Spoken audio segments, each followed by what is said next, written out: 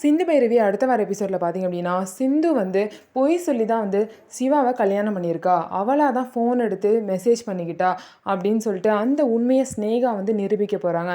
அது எப்படி நிரூபிக்க போகிறாங்க அப்படின்னா, ஸ்னேகா வந்து சிட்டுவோட வீட்டுக்கு போய் அவங்க அம்மா அப்பாட்ட பேசி சிட்டுவை வந்து சாட்சி சொல்கிறதுக்காக வர சொல்லியிருப்பாங்க.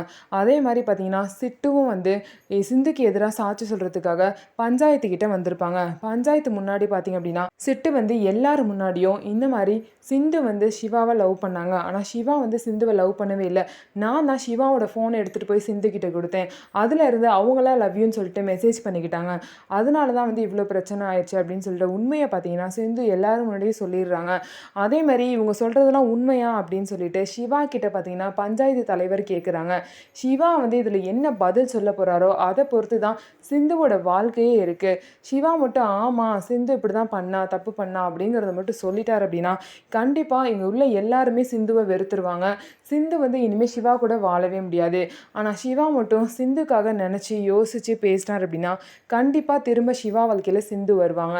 அப்படியே சிவா பார்த்தீங்கன்னா சிந்துக்கு சப்போர்ட்டாக பேசலான்னு கூட ஸ்னேகா வந்து எவ்வளோ பிரச்சனை பண்ண முடியுமோ அவ்வளோ பிரச்சனை பண்ண தான் போகிறாங்க. ஸோ என்ன நடக்குது அப்படிங்கிறத பொறுத்திருந்து பார்க்கலாம். நம்ம வீடியோ உங்களுக்கு பிடிச்சிருந்தா நம்ம வீடியோவை லைக் பண்ணிக்கோங்க. அதுக்கப்புறம் மறக்காமல் நம்மளோட சேனலை சப்ஸ்கிரைப் பண்ணிவிட்டு பாருங்கள்.